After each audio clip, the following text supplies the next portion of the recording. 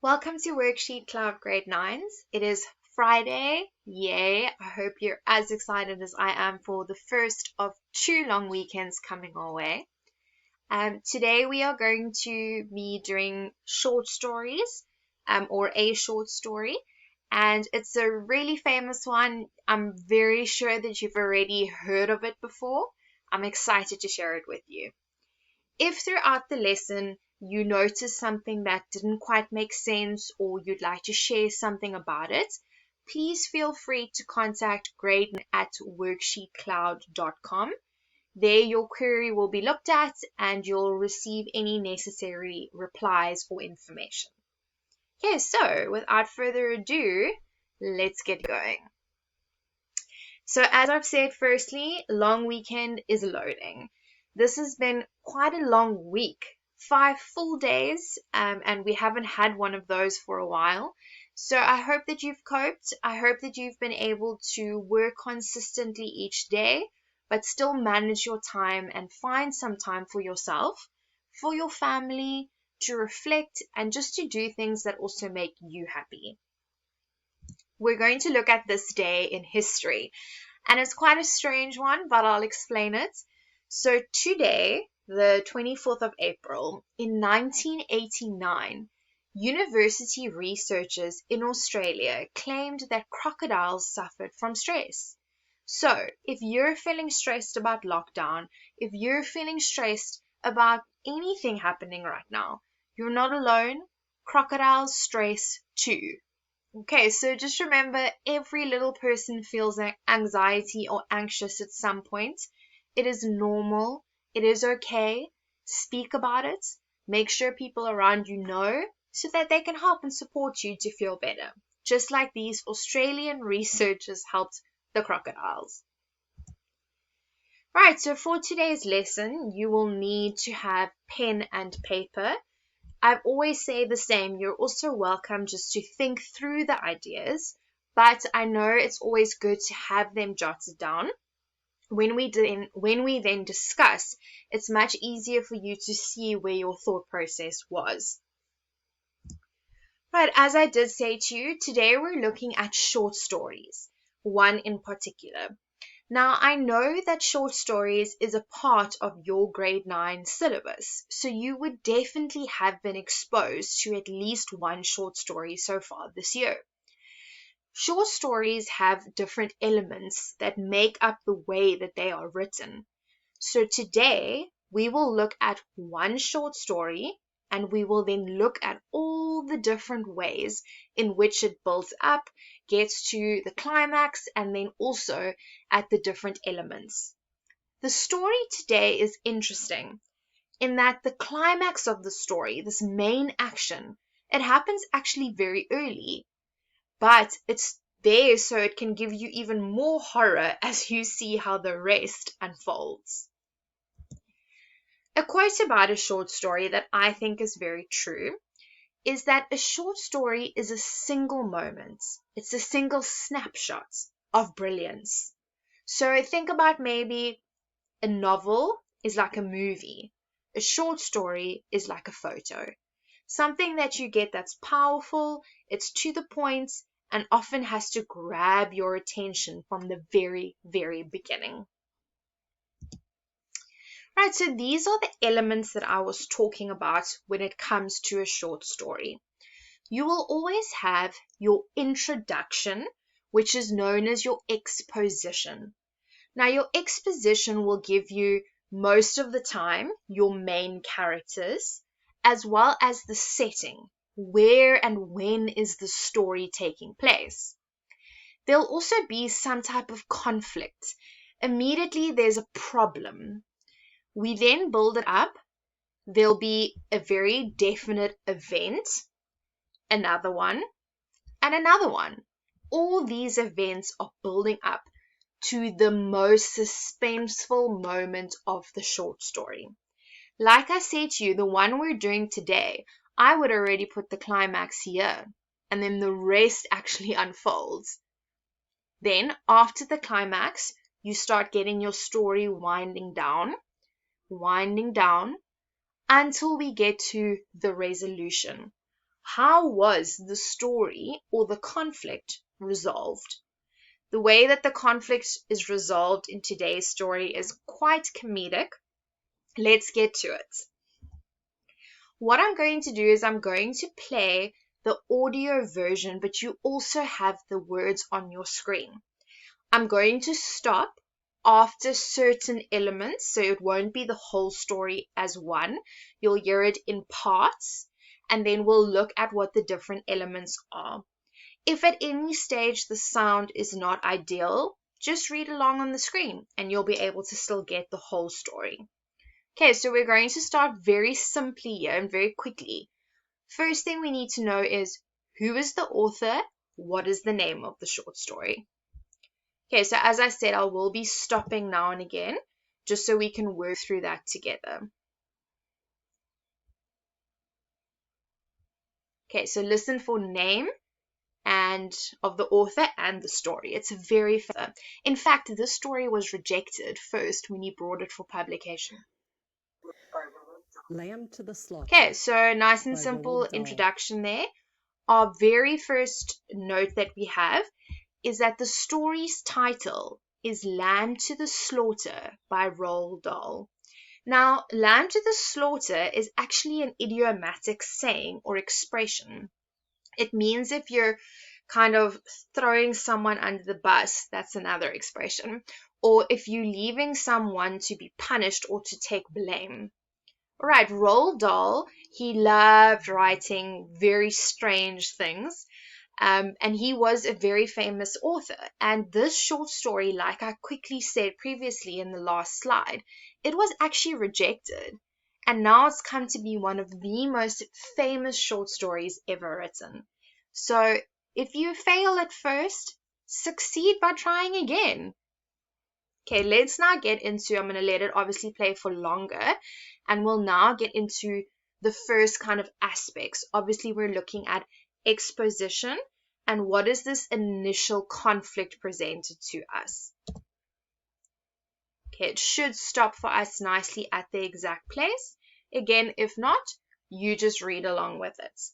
We'll get the name again, and then it will start with the reading.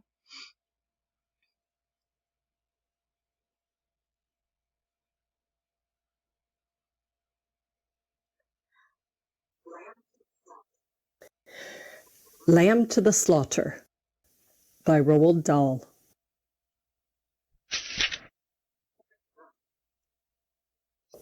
Part 1.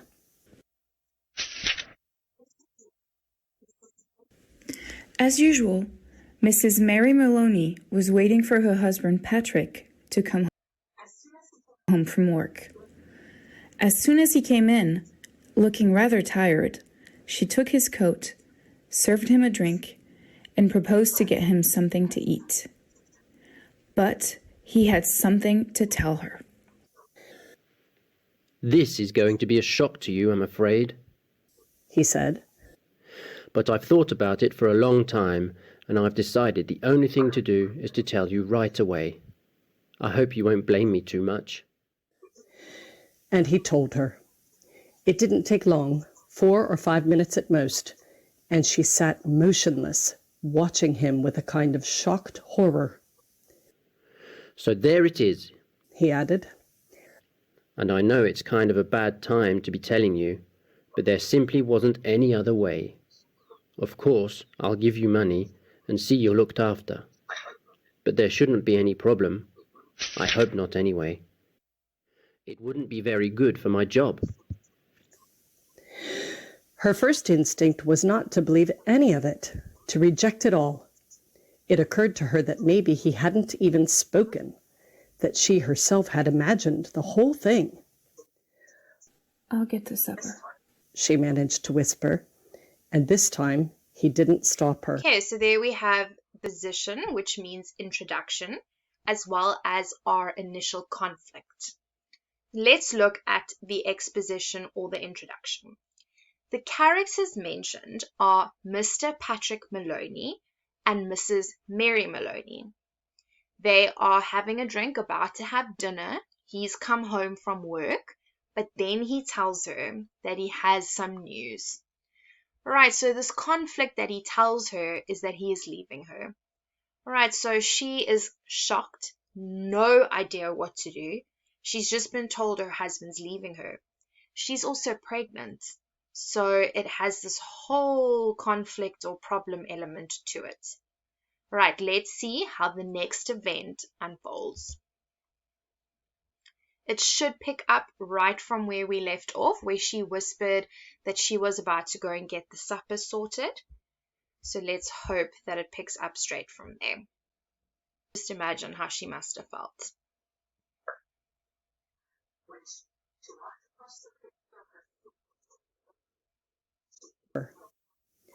When she walked across the room, she couldn't feel her feet touching the floor.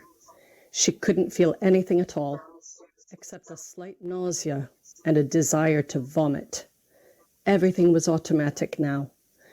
Down the stairs to the cellar, the light switch, the freezer, the hand inside taking hold of the first object it met.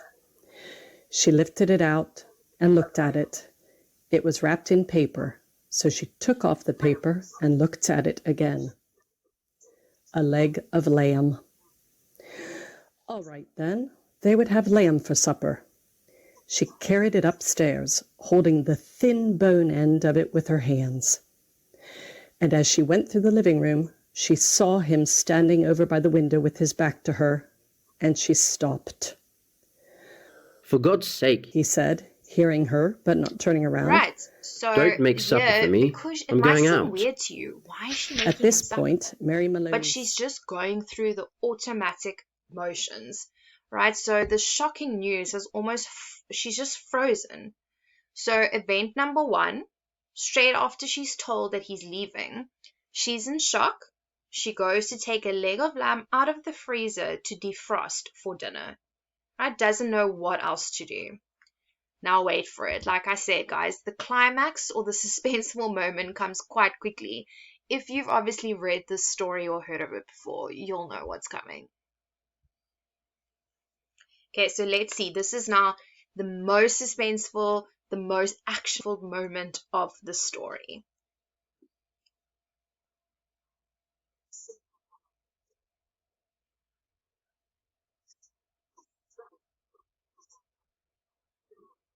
Simply walked up behind him, and without any pause, she swung the big frozen leg of lamb high in the air Mary and Maloney, brought it down little timid as Miss hard Mary as she Maloney, could has just on the back taken of his a head. frozen, solid piece or leg of lamb, and she's hit her husband over the head. Alright, so there is our climax of our story.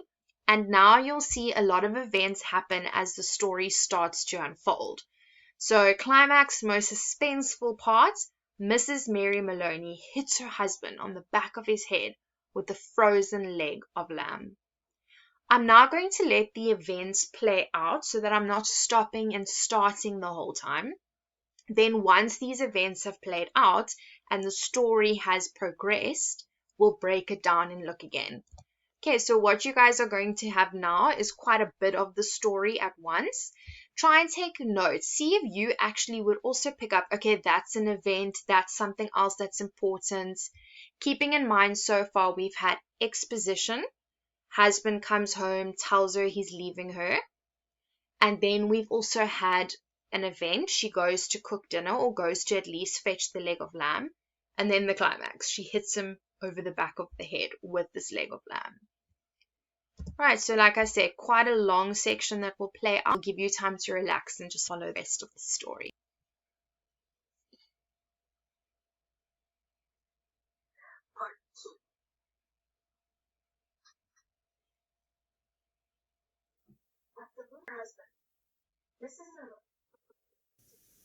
Part 2.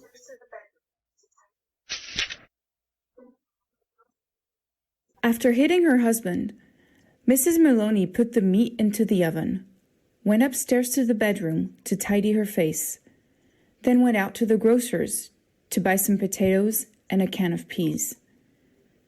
Then she came back home and tried to do everything right and natural. A few minutes later, she went to the phone. She knew the number of the police station, And when the man at the other end answered, she cried to him, "Quick, come quick! Patrick's dead!" Who's speaking? "Mrs. Maloney, Mrs. Patrick Maloney." You mean Patrick Maloney's dead? "I think so. she sobbed. He's lying on the floor, and I think he's dead." Be right over. The man said. The car came very quickly, and when she opened the front door, 2 policemen walked in. She knew them both. She knew nearly all the men at the precinct, and she fell right into Jack Noonan's arms, weeping hysterically. He put her gently into a chair, then went over to join the other one, who was called O'Malley, kneeling by the body. "Is he dead?" she cried. I'm afraid he is. What happened? Briefly, she told her story about going to the grocer and coming back to find him on the floor. While she was crying and talking, Noonan discovered a small patch of congealed blood on the dead man's head. He showed it to O'Malley, who got up at once and hurried to the phone. Soon, other men began to come into the house. First, a doctor, then 2 detectives, one of whom she knew by name. Later, a police photographer arrived and took pictures, and a man who knew about fingerprints. There was a great deal of whispering and muttering beside the corpse, and the detectives kept asking her a lot of questions. But they always treated her kindly. She told her story again, this time right from the beginning, when Patrick had come in, and she was sewing, and he was tired, so tired he hadn't wanted to go out for supper. She told how she'd put the meat in the oven. "It's there now, cooking." And how she'd slipped out to the grocer for vegetables and come back to find him lying on the floor. Which grocer? One of the detectives asked. She told him, and he turned and whispered something to the other detective, who immediately went outside into the street. In 15 minutes, he was back with a page of notes, and there was more whispering. And through her sobbing, she heard a few of the whispered phrases. Acted quite normal, very happy, wanted to give him a good supper, peas, cheesecake, impossible that she...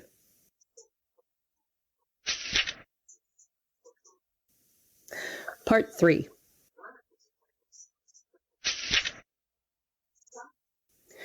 So they left her there while they went about their business, searching the house. Occasionally, one of the detectives asked her another question. Sometimes Jack Noonan spoke to her gently as he passed by. Her husband, he told her, had been killed by a blow on the back of the head, administered with a heavy, blunt instrument, almost certainly a large piece of metal. They were looking for the weapon. All right, so there we've had a lot of events happening, so let's try and work through all on the of other them hand, to see he how may this have thrown it unfolded. away or hidden Straight it after somewhere Mary in the house. Maloney has killed her husband, she needs an alibi. So Mary goes to the grocer to buy vegetables. Makes it seem very normal. I mean, who would kill someone and then go shopping? So this makes it seem as though she couldn't have done it. Mary then comes home with her groceries, phones the police, frantic, saying she's come home and her husband's lying on the floor. It appears he's dead. The police come over and they start their investigation. Upon learning the details, they learn or realize that she went to the grocer. They go and find out and confirm, and then they think, no, she obviously couldn't have been involved. Now they are searching desperately all around the house for a weapon. Little do they know, it's kind of cooking in the oven. Alright, so now let's see how the last part of the story unfolds. And obviously we're going to get a resolution now, keeping in mind that the police are looking if they can for this weapon.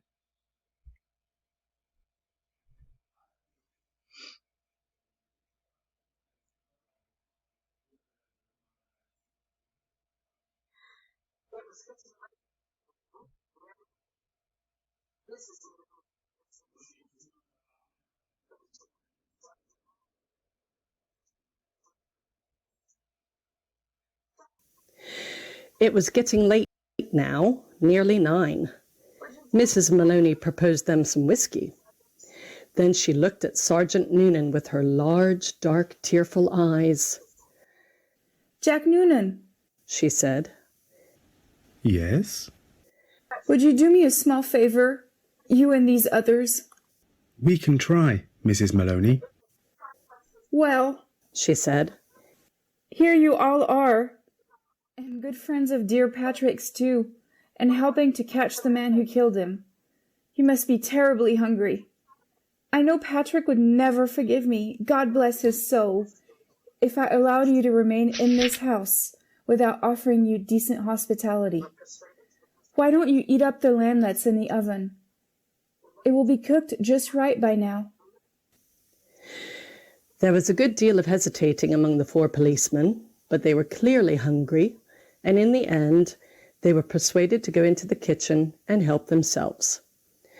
The woman stayed where she was, in the living room, listening to them through the open door, and she could hear them speaking, their mouths full of meat. Have some more, Charlie. No, better not finish it. She wants us to finish it. She said so. Be doing her a favour.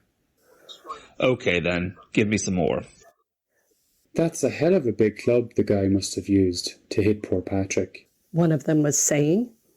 The doc says his skull was smashed all to pieces, just like from a sledgehammer. That's why it should be easy to find. Exactly what I say. Whoever done it, they're not going to be carrying a thing like that around with them longer than they need. Okay, One of so I them hope you belched. picked up there that she's Personally, giggling I think because it's right here in the house. resolution of the Probably story right under our is noses. the police What do eat you think, the Jack? murder weapon. And in the other Right, room, so I know Mary it's not Maloney supposed to be began to funny, giggle. but obviously it's not a true story. And Roald Dahl, he wrote this in 1953, and he loved comedy horror. So think of the movie Scream, I Know What You Did Last Summer. Those are all comedic horror movies. And Roald Dahl started a trend like this in 1953. Right, so don't take the story seriously, but it is very funny to think that she got rid of the weapon by making them eat it. Okay, so that was the resolution to Lamb to the Slaughter. Thanks for listening today, even if it was just to read a cool short story, and now you've got some notes on the different elements. Have an amazing long weekend. We have another one coming next weekend, so I'm really excited. I'll see you all next week. Thanks for watching Grade 9s. This lesson was brought to you by WorksheetCloud. I'm Mrs. Nortier, and here is me saying goodbye, and I'll see you guys next week, Tuesday.